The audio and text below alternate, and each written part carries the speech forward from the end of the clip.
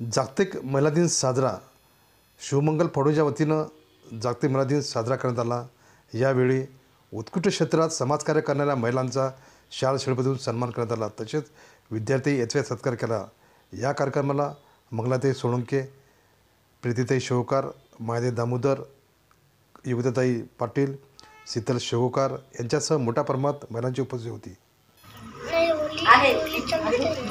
का एकच दिवस आपण साजरा करायचा का वर्षातला?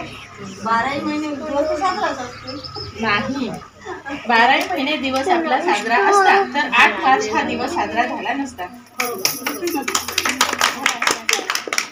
तर महिलांसाठी सर्व दिवस सारखे व्हावं यासाठी महिलांचं सक्षमीकरण होणं गरजेचं आहे।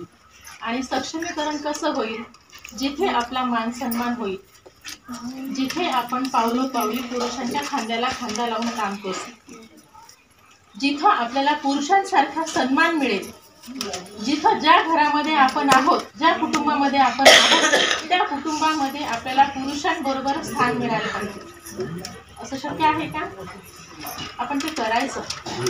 महिला सक्षमीकरण म्हणजे आपण त्यात सक्षम व्हायचं, सक्षम करायचं। का पुरुष आज कामं करतात, ठीक आहे, त्याच्याबरोबर महिलाही कामं करतात ना।